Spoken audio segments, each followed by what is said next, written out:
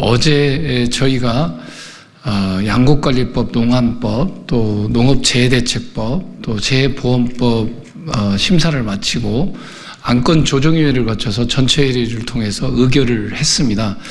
이 법안들은 2달 전에 1차 심사를 했고 어제 2차 심사의 결과라는 말씀을 드립니다. 윤석열 정부의 농정이 사실 농민에게는 너무나 가혹합니다. 쌀값이 이제 11월 현재 18만 2천 한 800원대입니다. 이 정도면 농민들 1년 농사지어서 얻는 게 하나도 없습니다. 전국의 쌀 농가가 한 130만 농가 정도 되는데 이 130만 농가들은 1년간 쌀 농사를 지어서 얻을 수 있는 부분이 전혀 없다는 말씀드립니다. 이 농민들의 가혹한 희생을 바탕으로 해서 수입 농정, 물가 농정으로 농민들이 삶이 너무 어려워지고 있습니다. 그래서 저희들이 21대 때도 이 쌀 산업을 변화시키고 개혁해 가야 되는데 그걸 농민들의 희생 위해서 해서는 안 된다라고 보고 있고요. 농민들의 소득이 보존되면서도 또 쌀 사람이 구조조정 될 수 있는 길들이 우리 양곡관리법과 농안법에 담겨 있기 때문에 그런 법안을 어제 심사를 해서 농업민생사법을 통과시켰다는 말씀 드리겠고요. 그런 내용에 대한 기자회견을 오늘 진행하겠습니다. 쌀값 폭락 더 이상 방치할 수 없습니다. 농업인이 가격, 재해 걱정 없이 농사 지을 수 있도록 민주당이 근본 대책을 마련하겠습니다. 존경하는 국민 여러분, 그리고 250만 농민 여러분, 농업인이 농산물 가격과 재해에 대해 걱정 없이 농사 지을 수 있도록 하는 양곡관리법 개정안 등 농업민생사법이 어제 국회 농해수위 전체회의에서 의결되었습니다. 쌀값 폭락, 이상기후에 따른 농업재해, 농산물 가격 불안정에 따른 농가 경영의 어려움을 더 이상 보고만 있을 수 없었기 때문입니다. 어제 의결된 법안의 주요 내용을 말씀드리겠습니다. 첫째, 쌀값 정상화와 지속가능한 쌀농업 구조 개선을 위해 양곡관리법을 개정하였습니다. 지금 쌀값 폭락으로 농심은 피멍이 들었습니다. 벌써 수확기의 절반이 지났지만 2024년 햅쌀 가격은 여전히 18만 원대를 벗어나지 못하고 있습니다. 11월 15일 산지 쌀값은 18만 2,872원으로 45년 만에 최대 폭락을 기록했던 2022년 평균 18만 6천 원보다도 낮습니다. 이제 수확기 쌀값 20만 원 선 회복은 어려워졌습니다. 지난해 정부는 양곡관리법 거부권을 행사하며 쌀값 20만 원을 유지하겠다 약속했습니다. 그러나 지켜지지 않았습니다. 시장이 정부를 신뢰하지 않고 있기 때문입니다. 양곡관리법 거부권을 행사하며 정부 스스로 한 약속마저 내팽개친 이상 쌀값 정상화를 위한 입법을 더 이상 늦출 수는 없었습니다.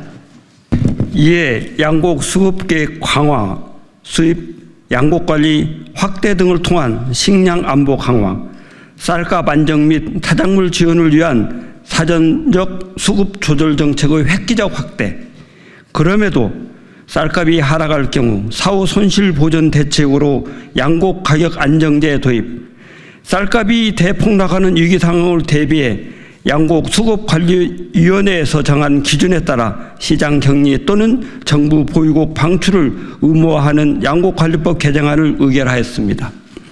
기후 인플레이션, 식량 위기 시대 안정적인 생산 공급을 위해서는 쌀값 하락을 통한 하향식 구조조정이 아니라 쌀값 정상화와 함께 밀콩, 사료, 작물 등 타작물에 대한 지원을 쌀 농업 이상으로 높이는 상향식 구조 개선을 해야 합니다.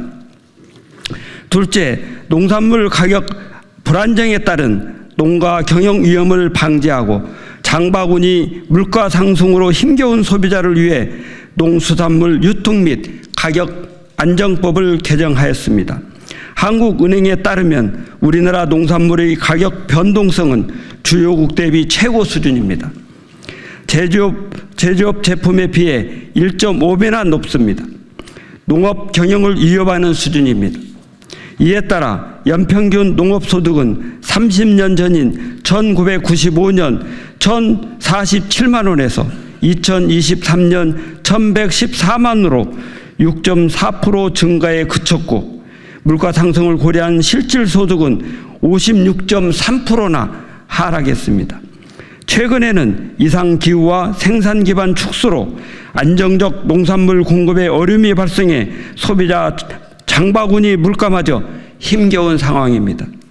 이에 농산물의 안정적 공급을 위한 계약 생산을 강화하고 농산물 가격 폭등 시 소비자 보호 시책을 규정하며 농산물 가격 폭락 시 생산자 보호를 위해 농산물 가격 안정제를 도입하려는 것입니다. 정부는 쏠림 현상에 따른 공급 과잉을 우려하지만 주요 농산물에 동시 시행하면 해결 가능하고 미국에서도 유사한 제도가 시행 중이며 우리 지자체 70여 곳에서도 유사한 제도가 시행 중이므로 이는 기후에 불과합니다. 셋째, 심각한 이상기후에 대응하기 위해 농업재해대책법과 농업재해보험법을 개정하였습니다.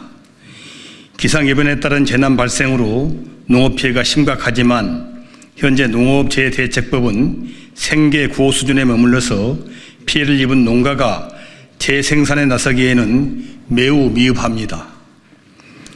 복구비 지원 단가는 실거래가 대비 60% 수준에 불과하고 시설 복구비와 재파종에 따른 일부 비용만 지원합니다. 정부는 재해로 인한 작물 피해 보상은 농작물 재해보험으로 해결하라고 하지만 보상 범위와 보상률이 충분치 않고 가입률은 42.2%에 불과합니다.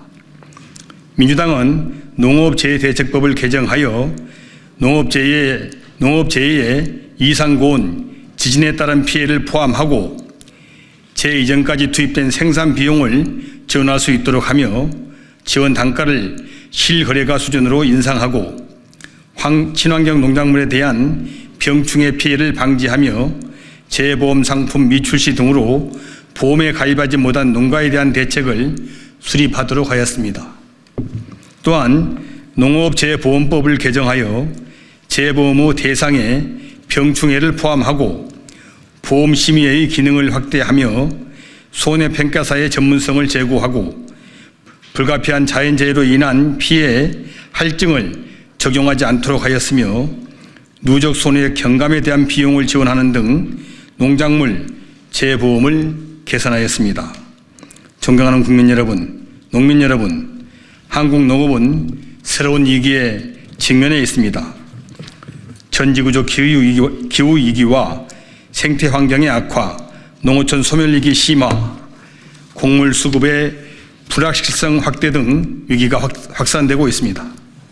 국가와 사회에 직면한 위기를 극복하기 위해서는 식량안보 국가전략산업으로 농업의 가치와 역할에 대한 재고가 필요합니다. 국내 농산물의 안정적 생산 기반을 확보하고 농가 경영 안정을 시급히 이루어야 합니다. 농업민생사법은 이 같은 시대적 요구를 담은 법안입니다. 지속가능한 농업 생산의 토대를 지키기 위해 반드시 필요한 입법입니다. 윤석열 정부와 국민의힘은 당내 권력 다툼에만 올인할 게 아니라 민심을 보듬고 민생을 살펴야 합니다.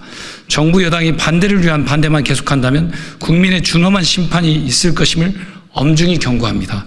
분노한 농심은 어루만질 수 있도록 농업민생사법은 이번 정기국회에서 반드시 처리되어야 합니다. 농업민생사법이 국회 본회의를 조속히 통과하여 전국 250만 농민께 한 줄기 희망이 될 수 있기를 기대합니다. 아울러 생산비 급등에 따른 필수농자재 지원법과 기후위기 시대 탄소 중립에 따른 한우산업 전환 및 지원법 등도 심사를 속도를 내서 추진할 것을 약속드립니다.